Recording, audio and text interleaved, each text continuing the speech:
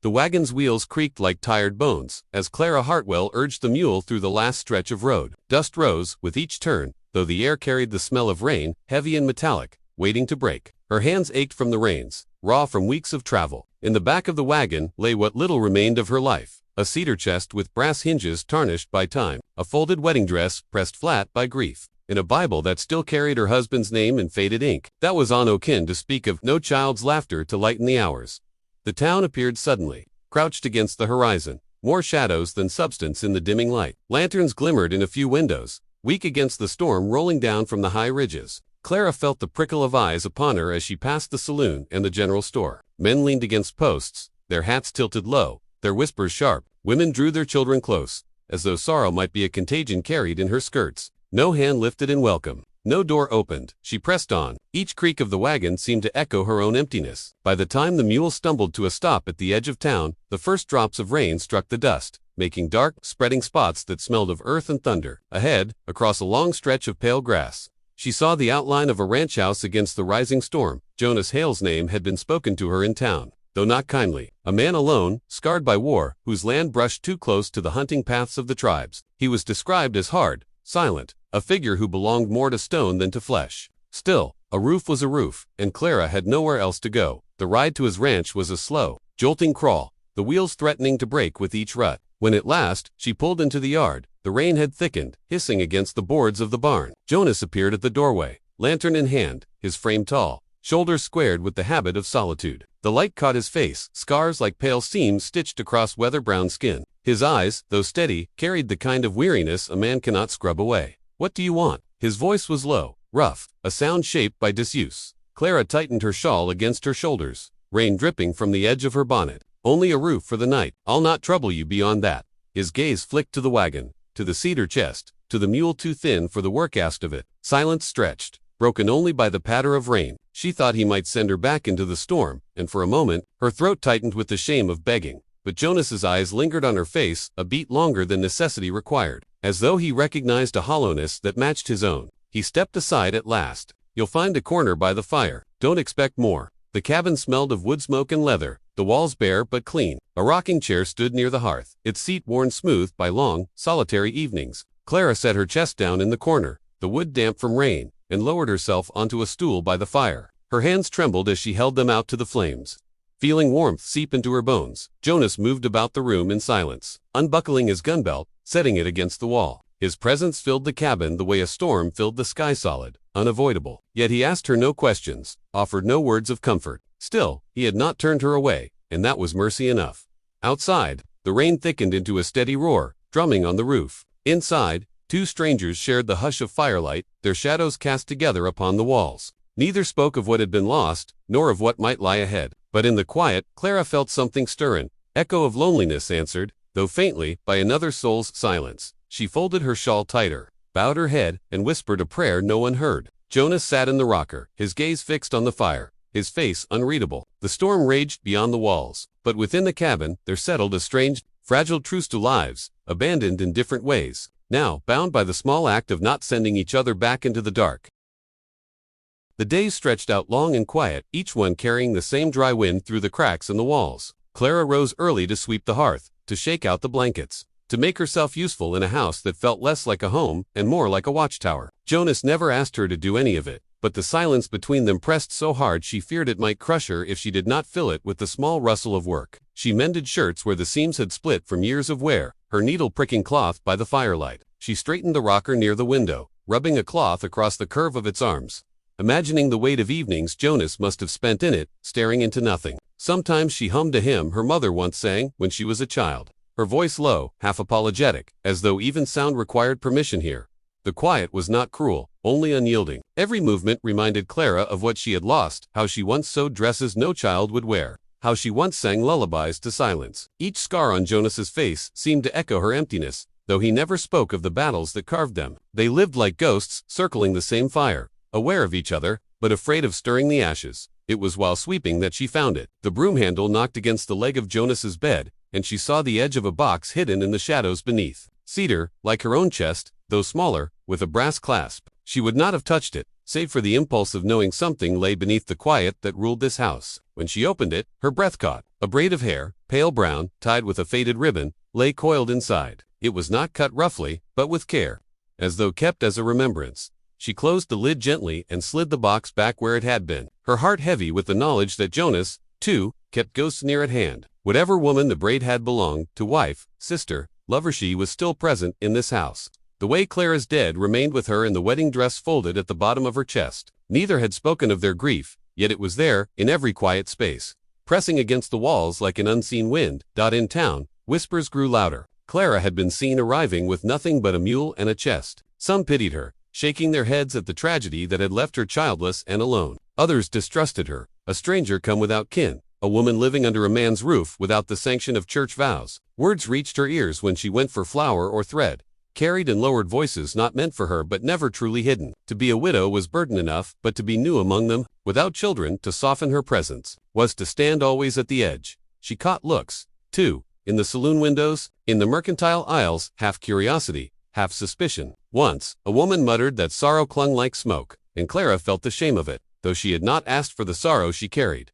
Rumors thickened like the clouds that hung over the mountains. Talk of raids, of stolen cattle, of blood spilled on both sides between settlers and the neighboring tribe. Fear has a way of sharpening distrust, and Clara, already adrift, felt the weight of being marked an outsider twice over. She belonged neither to the town nor to Jonas's house. She was suspended in some middle place where her past was too heavy to carry, and her future too faint to imagine. Even so, the nights in the cabin grew different, almost imperceptibly. Jonas would sit by the fire after supper, hands clasped, his eyes set on the flames. Clara mended in silence beside him, the crackle of the logs the only sound between them. Once, when her needle slipped and pricked her finger, Jonas looked up, his gaze lingering, as though he might speak. He did not, but the weight of his glance was different than before. Less guarded, less distant, as if he had begun to see not merely a burden in his house, but someone carrying a grief parallel to his own. She lay awake some nights, staring at the rafters, thinking of the braid hidden beneath his bed and the dress folded in her chest. Both tokens of lives gone, both reminders of how the past refused to loosen its grip. Yet there was a strange comfort in knowing she was not alone in such keeping. His silence no longer felt like rejection, but recognition. The cabin walls creaked in the wind. Dishes clattered softly as she set them to dry. The rocker whispered against the floorboards. All of it became a language between them, a way of speaking without words. In the quiet, Clara began to understand that Jonas was less the stone figure the town described, and more a man bracing against his own storms. And in that understanding, faint as the first light before dawn, the seed of companionship took root, not spoken, not yet trusted, but present. Two mourners beneath one roof, no longer entirely alone. The storm announced itself first in the air. By mid-afternoon, the sky had turned a strange green-gray, heavy with a silence that made the cattle restless and the mule paw at the ground. Clara stood at the window, shawl gathered tight about her shoulders, watching the horizon. The ridges were already swallowed by rolling clouds, dark as iron, streaked with veins of white fire. She thought of how storms could cleanse, or destroy, or both at once. By the time the first clap of thunder shook the valley, Jonas had already pulled tools and feed into the barn. The wind carried dust and grit in wild eddies across the yard, lashing her skirts as she hurried to carry what she could indoors. Rain fell sudden and hard, hammering the roof like stones, slipping down the boards in narrow rivulets. It was then she saw him, a boy darting across the yard, hair plastered to his brow, feet bare and cut from the gravel. He disappeared into the barn, vanishing like a shadow swallowed by the storm. Clara gasped, her hand rising to her mouth, but Jonas caught the movement, his eyes narrowing. He pulled his rifle from the wall, though he did not lift it. When they entered the barn, the lantern light found him huddled near the hay, no more than 12 years of age, an Apache child with eyes dark and wide, shoulders drawn in as though braced for a blow. Rain dripped from his thin shirt, pooling beneath him. Jonas's jaw tightened. The lines of his face deepened, torn between the law of settlers and the tug of something older than lawmercy. He can't stay, Jonas muttered, though his voice lacked force. Bringing him in will bring trouble. Clara looked at the boy, shivering, silent, his hands curled against his knees. Without speaking, she set down the lantern and fetched a piece of bread from the kitchen. She knelt, offering it as one would to a bird in winter. Careful, unhurried, the boy's eyes flicked to hers, suspicious, then hungry, then softening. He took it at last, and with the other hand she laid her shawl over his shoulders. Jonas stood in silence, watching, the storm raging at his back. For a long time, nothing passed between them but the hiss of rain and the distant rumble of thunder. Later, when the wind drove water through the seams of the roof, Jonas built a fire in the hearth. Clara guided the boy into the cabin, seating him near the flames, the shawl now dark, with damp but warm against him. He ate quietly, never lifting his eyes long. Though once she thought she saw gratitude flicker like the lightning that split the sky outside, the storm grew wild, shaking the shutters, rattling the tin buckets set beneath the leak near the door. Shadows leaped on the walls. 3 figures now, where before there had been only 2. Clara hummed under her breath as she fetched another blanket, her voice carrying a note of gentleness she had not heard in herself for years. Jonas said little. He sat in the rocker, his rifle leaning against the wall, his eyes not on the boy but on Clara. There was something unsettling in how naturally she moved toward the child, as if mothering were a muscle memory not even grief could kill. The sight stirred something in him he would not name. When at last the boy slept, curled on the rug before the fire, Clara lingered at his side, smoothing the shawl, brushing damp hair from his forehead. She felt her chest ache not with sorrow alone, but with the memory of how it felt to care for someone without calculation or fear. It frightened her, yet it steadied her, too. That night, when she lay down in her corner, sleep brought her a dream. Children's laughter filled the cabin, bright and tumbling, so real she reached out her hand to catch it, but she awoke to the steady drip of water in the bucket, the smell of wet earth heavy in the air. The dream broke like glass, and she wept quietly into her hands. The sound nearly lost in the storm. Jonas stirred in the other room. He heard her, though he did not rise. His eyes stayed open long after, fixed on the rafters, listening to her muffled sobs, the boy's even breathing, and the thunder rolling away into the dark. He said nothing, but in the silence that followed, something shifted in him like dry ground, drinking the first drops of rain.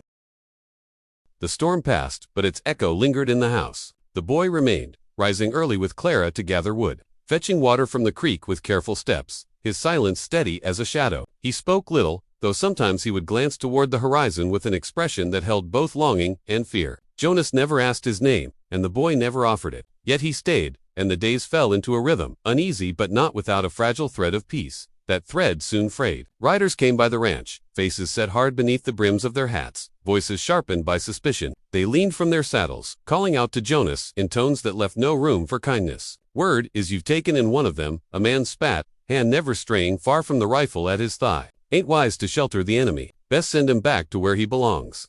Jonas stood with his arms crossed, jaw clenched, his eyes unreadable. He gave no answer, and his silence only deepened their distrust. Clara, heart hammering, stepped forward before she could think better of it. Her voice wavered, yet she forced the words out. "He's only a child. There's no threat in him." The men turned their gaze on her, their scorn sharp as a whip. She faltered beneath it, but did not withdraw. Jonas said nothing, though when the riders left, dust rising in their wake, Clara saw how his hand lingered near the butt of his rifle. His silence had spoken for them both. He would not turn the boy out.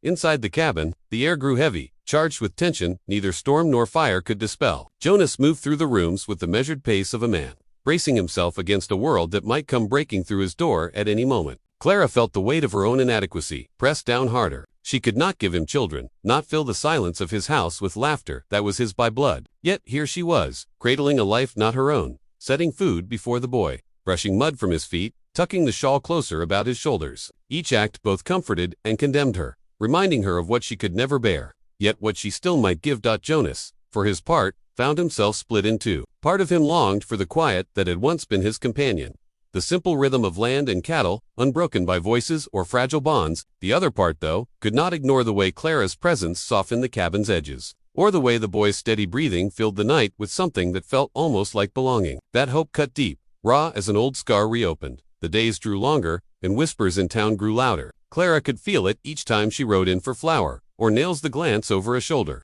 the way voices hushed when she stepped into a store. She carried it back with her, like grit in her shawl. The boy noticed too, though he said nothing. His silence carried a wisdom older than his years. Then, one evening, the riders returned. This time, their leader dismounted, rifle in hand, the butt sunk deep in the mud as though planted there like a stake. His eyes burned with a kind of righteousness that left no room for mercy. "Keep your house clean, Hale," he said. "We won't warn you again." The words hung in the dusk like smoke. Clara's stomach knotted, and she clutched the edge of her shawl until her knuckles ached. Jonas did not flinch, did not reach for his weapon. He only stood, shoulders squared, eyes steady. His silence was a wall, impenetrable, a vow unspoken. When the men rode off, Clara turned to him, searching his face. For the first time, she saw not just the scars of battles fought long ago, but the shape of a promise. He would not yield her, nor the boy, to the cruelty of fear. He would stand, even if it meant standing alone. That night, the cabin felt changed. The fire burned low, the boy slept near the hearth, and Jonas sat in his rocker, the weight of his decision pressing heavy on him. Clara sat nearby, her hands folded in her lap, her eyes lowered. She understood then that healing did not always come in the return of what had been stolen. But in the shelter, one offered to what arrived unexpectedly. The silence between them was no longer empty. It was a shield, drawn tight around three souls, who, for reasons they could not yet name, had chosen to remain under the same roof. The storm that birthed the lightning came and went with little rain, leaving behind a sky that flickered with strange light. At first, Jonas thought nothing of it. The prairie often held its tempests like secrets, loosing them in sudden violence, then retreating into silence. But when the smell of smoke reached the porch, sharp and bitter on the night air, he knew the land itself had caught fire. He was running before Clara called his name. Out in the pasture, flames leaped like wild creatures, driven by the wind. The dry grass caught fast, sending a wall of orange racing toward the barn. The cattle bawled in terror, their shapes black against the inferno. Jonas seized a shovel, slamming earth against the fire line, each strike furious, futile. Clara stumbled after him with a pail of water, the boy behind her carrying another. They threw what they could, the steam hissing uselessly against the blaze. Jonas barked for them to keep low, but the wind shifted, and smoke rolled over them, choking, blinding. Still, they fought. 3 against a monster that did not tire. Clara's shawl slipped from her shoulders as she hauled water again and again, her breath ragged. Her hands blistered against the bucket's iron handle, but she would not stop. Jonas saw her stagger, saw the boy clutch her arm, urging her back, yet she pressed forward with stubborn fire in her eyes. For the first time since he'd known her, she burned with something greater than fierce, unyielding defiance. But her body betrayed her. Mid-stride, she crumpled, the bucket falling, water spilling useless into the dirt. Jonas's heart lurched. He was at her side in a breath, scooping her up, her weight light in his arms. Smoke curled around them, thick as night. His voice tore loose then, not measured, not the silence he had carried for years, but raw, ragged with fear. Don't leave me. Clara, stay with me. His words cracked, desperate, more plea than command. He carried her through the smoke, his eyes stinging, lungs burning. The boy followed close, half lost in the haze, clutching Jonas's coat as though it tethered him to life. They reached the cabin, and Jonas laid her on the bed, her face pale, lips parted in shallow breaths. He fumbled with a cup of water, pressing it to her lips, his hands shaking. The boy hovered near, his small fingers gripping the quilt, wide eyes reflecting both firelight and fear. Outside, the blaze consumed half the pasture before the wind died and the night grew heavy with ash. Jonas fought it back alone, shoulders straining, until the barn was saved and only blackened earth remained. He returned at dawn Suit Street, his shirt torn, his breath harsh as a man who had wrestled the devil and barely stood. Inside, the room glowed dim with the first gray light of morning. Clara stirred, opening her eyes. She found herself not on the hearthrug where she had collapsed, but in Jonas's own bed, his shadow beside her. His hand lay open on the quilt, close enough to touch. She turned her head, weak, and saw his face creased with exhaustion, eyes red not only from smoke. For a long moment, he said nothing. Then, softly, almost as though ashamed to speak, the words broke free. "Mother," he began, his voice rough, "your legs are shattered, and you have no children. From this moment on, I will be your father." The words might have cut, but there was no cruelty in them. They fell, instead, like a vow, spoken in the quiet aftermath of ruin. He was not mocking her barrenness, nor her grief. He was naming the bond that had begun to form, one not born of blood, but of fire, and the choice to remain. He would carry what she could not, as she had begun to carry him in ways unseen. Clara's eyes filled, though she could not speak. She understood then what the fire had burned away, not only the pasture, but the silence that had stood like a wall between them. What remained was something stripped bare, fragile but unbreakable. The boy slept on a blanket near the hearth, his small body curled, safe for the first time in many nights. Clara watched the rise and fall of his breathing, then turned her gaze back to Jonas. He had closed his eyes, leaning back in the chair, as if the weight of his words had left him more weary than the night's battle. She did not move her hand fully to his, but she let her fingers rest near his own, the distance small enough that the warmth could travel across it. She understood now that love could be chosen, shaped not by womb or bloodline, but by fire and the vow of endurance. Outside, the fields lay scorched, blackened scars, against the horizon. But in the cabin, something new had survived the blaze, something that felt like the first tender shoot breaking through the ash. The word spread, as all things did in towns like this, swift, sharp, and poisoned by whispers. By the week's end, soldiers rode in, dust rising behind their mounts like a storm come down from the hills. Their boots struck the earth heavy when they dismounted, and their eyes carried the weight of authority sharpened by suspicion. Jonas stood waiting at the fence line, rifle in hand, his body rigid as the wood posts beside him. The boy was inside, mending leather by the fire, unaware of the danger closing fast. Clara watched from the porch, her heart a stone in her chest, the memory of every grave she had stood beside pressing close to her throat. Jonas Hale, the soldier at the front, called, voice braced with command. "You've been seen harboring a savage. You'll hand him over now." The silence that followed was thunderous. Jonas shifted his rifle, resting it against his shoulder, his scar catching the late light. His voice was low when he answered, but steady as iron. "He's no enemy. He's a boy. You'll not have him." The soldiers bristled, hands near their pistols. Clara felt the air tighten, the weight of blood about to spill again on soil already soaked with it. Something in her broke forward. She stepped down from the porch, skirts brushing against the dust, her voice ringing before fear could still it. "Enough." Her cry cut the air, sharp as the crack of a whip. The soldiers' eyes snapped toward her, their jaws stiffening at a woman's defiance. She did not falter. "How much more blood must you take before this land chokes on it? He is a child, and this man," she turned to Jonas, her voice trembling but strong. "This man has carried more weight of war than any of you. Let it end here." Jonas's fingers tightened around his rifle. For a moment, she feared he would lift it, force the fight she begged against. But he stood, rigid, silent, as her words echoed. The soldiers muttered, uncertain. They had no body, no proof, only suspicion. Their leader spat into the dirt, the sound bitter as iron. "You'll regret this," he said finally, motioning his men back to their horses. The line of riders turned, their eyes still burning holes into the ground they left behind. Dust swallowed them as they rode off, leaving the silence heavier than before. Inside, the boy had heard enough to understand. That night, before dawn broke, he left. Clara found the fire cold when she rose. The chair where he had sat empty. By the hearth lay 3 small carved figures, smoothed from cedar, a horse, a hawk, and a woman with her hands folded at her heart. She touched them as though they were holy relics, and her tears fell not from grief but from the dignity of the gift. Jonas said nothing, but when he stepped outside to saddle his horse, Clara felt the earth tilt beneath her. She followed him, her shawl drawn close, the chest heavy in her arms. At the edge of the porch, she set it down, opened it, and placed the folded wedding dress inside. The lid shut with a final thud, not of mourning but of release. He tightened the strap on his saddle, jaw set. She stepped closer, her voice low, steady as the closing of a prayer. "Stay." The single word held everything, the graves she'd stood at, the nights of silence, the laughter born again, the fire they had guarded together. Jonas looked at her, long and still, the scar across his face stark in the fading light. His hand lingered at the saddle strap, then fell away. Slowly, without a word, he lifted the gear free and set it back down. The horse snorted, shifting its weight, but Jonas did not move, toward it again. That evening, as dusk bled purple across the horizon, they sat together on the porch. Jonas leaned against the post, arms folded. Clara sat near, shawl wrapped around her shoulders, the carved figures in her lap. Neither spoke, but neither needed to. The plains stretched endless before them, scarred and beautiful, the wind carrying the smell of dust and grass, the sound of crickets rising as night drew near. 2 souls, bound by loss, had chosen not to walk alone. And in the quiet, scarred though they were, there was life, yet stubborn, fragile, and enduring as the fire that glowed faint within the house behind them.